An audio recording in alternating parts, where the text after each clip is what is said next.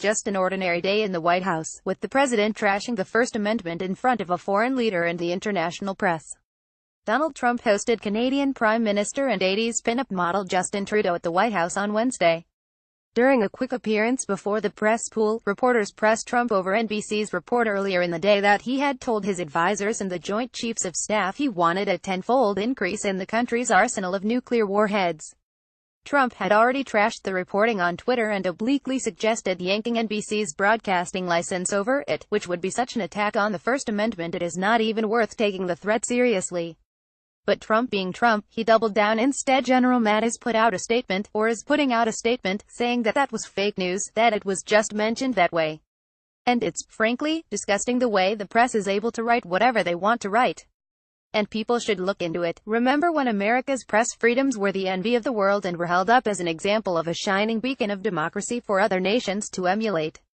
Now we have a president who shamelessly and ominously suggests in front of international reporters and the entire planet that someone should investigate the press for writing unflattering stories about him. He even went so far as to accuse NBC of making up its sources while offering no evidence whatsoever. This, from a man whose close friend owns the National Enquirer and who during the 2016 campaign used that tabloid story accusing Ted Cruz's father of participating in the JFK assassination to trash the Texas senator. Later, Trump also addressed North Korea, its nuclear weapons, and whether he plans to do anything about it. I think perhaps I feel stronger and tougher on that subject than other people, but I listen to everybody. And, ultimately, I will do what's right for the United States and, really, what's right for the world. Because that's really a world problem that's beyond just the United States.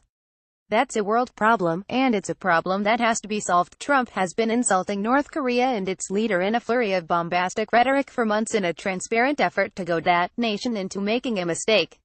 He has threatened to unleash everything shy of the Ark of the Covenant on the Korean Peninsula, while most of the world, including his own Secretary of State, has counseled diplomacy and avoiding war at all costs. Now here he is saying he will solve the problem for the world. He doesn't seem to ponder for even a moment if the world wants him to or not. Watch the entire conversation below. Please note this is a commentary piece. The views and opinions expressed within it are those of the author only and do not necessarily reflect the editorial opinion of IJR.